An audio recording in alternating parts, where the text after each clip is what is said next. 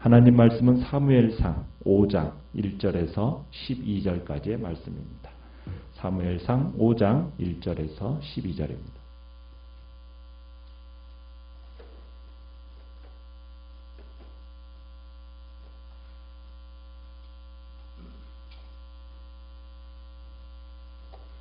사무엘상 5장 1절에서 12절입니다. 블레셋 사람들이 하나님의 궤를 빼앗아 가지고 에베네셀에서부터 아스돗에 이르니라.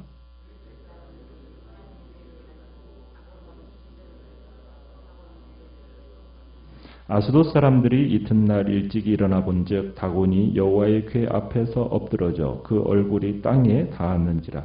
그들이 다곤을 일으켜 다시 그 자리에 세웠더니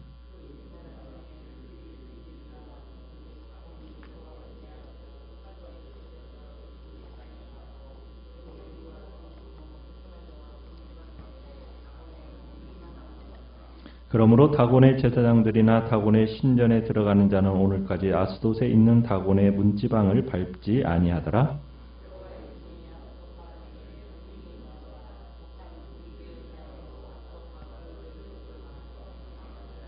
아스돗 사람들이 이를 보고 이르되 이스라엘 신의 궤를 우리와 함께 있지 못하게 할지라. 그의 손이 우리와 우리 신 다곤을 친다 하고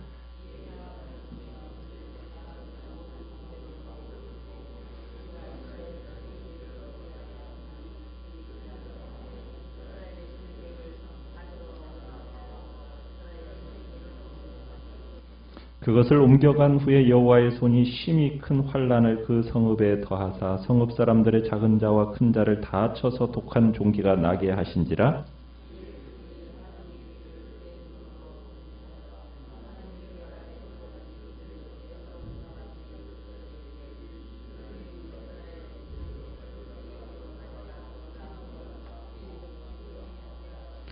이에 사람을 보내어 블레셋 모든 방백을 모으고 이르되 이스라엘 신의 궤를 보내어 그 있던 곳으로 돌아가게 하고 우리와 우리 백성이 죽임당함을 면하게 하자 하니 이는 온 성읍이 사망의 환난을 당함이라. 거기서 하나님의 손이 엄중하심으로 죽지 아니한 사람들은 독한 종기로 치심을 당해 성읍의 부르짖음이 하늘에 사무쳤더라. 아멘. 오늘 말씀의 제목은 블레셋 땅의 언약궤라는 제목으로 말씀을 나눕니다. 이스라엘과 블레셋과의 전투에서 블레셋이 승리를 거두게 되고 전쟁에서 이긴 블레셋은 그들의 전쟁사 중에서 가장 훌륭한 노획물 중에 하나인 여호와의 언약궤를 앞세우고 당당하게 귀환하게 됩니다.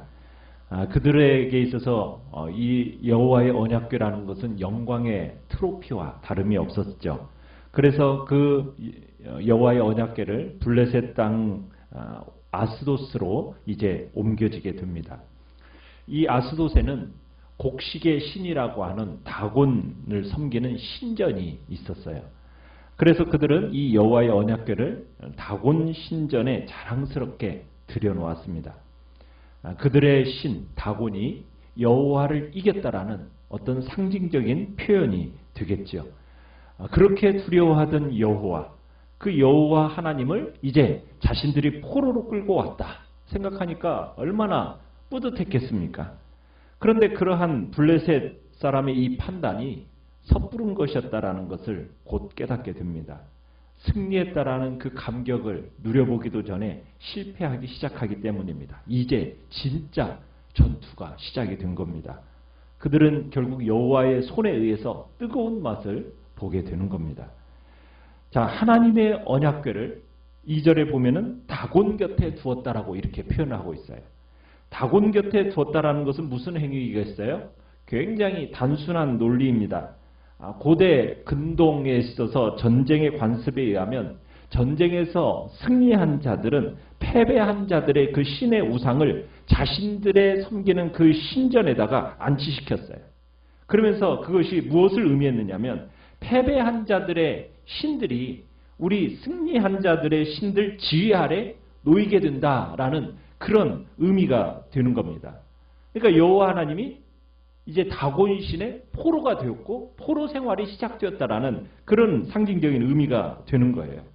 다곤 신 앞에 이제 여호와의 언약궤가 포로로 붙들려서 다곤신을 섬겨라 하고 지금 그 다곤신 옆에 딱 둔 겁니다.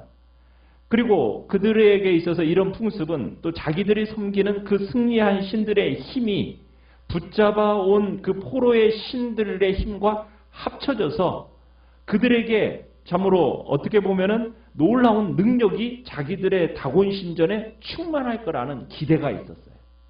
그러면은 자기들에게 더 큰 물리적인 행운이 찾아올 거라고, 복을 가져다 줄 거라고 그렇게 생각하고 믿었다는 얘기입니다. 자, 다곤신전에 지금 3절에 보면은 여호와의 언약궤를 안치한 다음 날 블레셋 사람들이 이제 신전에 들어가 봤어요. 자, 그랬더니 어떤 일이 벌어져 있습니까? 다곤이 여호와 앞에 경배하듯이 엎드러져 있습니다. 블레셋 사람들이 상상했던 것과는 반대로 지금 다곤이 여호와 앞에 굴복하고 있는 거예요. 밤새 다른 사람이 와서 그 다곤 신을 넘어뜨렸을까요? 그게 아니죠. 하나님이 비록 이스라엘에게 참패를 경험하게 하셨다고는 하지만은 이방 땅에서는 그분의 존엄을 드러내고 계시는 거죠. 비록 내가 능력이 없어서 내가 이스라엘이 블레셋에게 패하게 한 게 아니다라는 거. 나는 천지를 창조한 전능한 하나님이라는 것을 지금 보여주고 있는 겁니다. 참, 그래서 이제 이방 땅에 하나님께서 블레셋 사람들에게 자신을 이제 드러내시고 다곤신이 지금 여호와 하나님 앞에 고꾸라져 가지고 지금 있는 거예요. 마치 다곤신이 여호와 하나님 앞에 경배하고 있는 그런 설정을 그 모습을 설정하고 있는 겁니다. 자, 그런데 블레셋 사람들이 이 일을 어떻게 생각했어요? 우연이라고 생각을 한 겁니다. 그래서 엎드려서 얼굴에 땅을 닿은 신을 어떻게 합니까? 일으켜 세워놓죠. 그 자리에 다시 세워요. 참 웃기는 인생이지 않습니까? 무슨 신이 사람들에게 부축을 받아서 제자리에 다시 세움을 받습니까? 그러니까 다곤의 그 경배자의 다곤이라는 신은 경배자의 도움을 받아야만이 일어설 수 있는 그런 무능한 신이라는 얘기입니다. 이게 우상의 본질이거든요. 참, 우상이라는 것은 인간이 없이는 존재할 수가 없는 거예요. 이게 인간의 영적 무지를 드러내고 있는 겁니다. 그런 신이 참으로 자기에게 복을 가져준다고, 자신들에게 행운을 가져준다고 참 믿고 있는, 그렇게 섬겨나가는 인생이 참 미련한 우리 인간들이라는 거죠. 자, 쓰러진 신 부축해서 일으켜 세우고 제자리에 놓았습니다. 자, 그리고는 다시 그 신을 향해서 살려달라고 이제 간구하고 복을 비는 그런 인간의 어리석음을 다시 한번 희화화하는 것이 오늘 본문의 이야기예요. 자, 그런데 이제 이 사건이 여기서 끝난 게 아닙니다. 더 해괴한 일이 벌어지죠. 4절에 가보시면은 그 다음날 아침에 또다시 가봤어요. 그랬더니 어떤 일이 벌어졌어요? 다곤이 또다시 엎드러졌는데 엎드러져 있을 뿐만 아니라 이번에는 아예 어떻게 됐어요? 머리도 잘려지고 두 손목도 부러져가지고 문지방에 널려져 있는 겁니다. 참, 이틀 전만 해도 절대적인 승리자라고 보였던 이 다곤이 어제는 여호와께 경배하는 자가 되더니 이제는 여호와의 희생제물이 된 겁니다. 다곤이 머리를 잃었다라는 것은 사고력이 없다라는 의미고, 손을 잃었다라는 것은 능력이 없다라는 것을 상징하는 겁니다. 어떻게 보면 다곤은 신으로서 갖춰야 할 모든 위상과 능력을 다 잃어버린 거예요. 자, 그런데 5절에 보면요, 더 재미있는 일은 뭡니까? 다곤의 제사장들이, 다곤 신전에 들어가는 자들이 어떤 일을 했대요? 다곤의 문지방을 밟지 않았대요. 왜요? 다곤의 신의 머리와 손목이 널브러졌던 그 문지방을 밟지 않는 전통이 이어져 내려오고 있다는 거예요. 참, 인간은 영적으로 무지몽매한 사람 인생입니다. 아니, 그걸 기념해가지고 문지방을 밟지 않는다는 거. 미신적이고 주술적인 행위. 참, 그게 인간의 몸에 배어 있죠. 그게 인간이에요. 영적으로 무지합니다. 영적으로 죽었기 때문에 이런 무지한 행위들을 하고 있는 거죠. 자, 여호와의 심판은 다곤에게만 국한되지 않았습니다. 6절에 가보니까 어떤 일이 이제 블레셋 사람들에게, 그 다곤신을 섬기는 블레셋 사람들에게 나타나게 되었습니까? 여호와의 손이 엄중히 임하니까 아스돗 사람들에게 뭐가 돌았어요?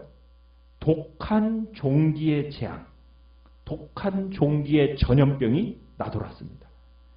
하나님의 손이, 여호와의 손이 아스돗의 그 지역에 엄중히 더했다. 이것은 하나님의 영광이 드러났다라는 의미입니다. 자, 왜 이스라엘 안에서는 패배의 그림을 그리시더니 지금 블레셋 땅에 가서는 영광을 드러내시는 그런 그림을 지금 보여주고 있는 것이겠습니까?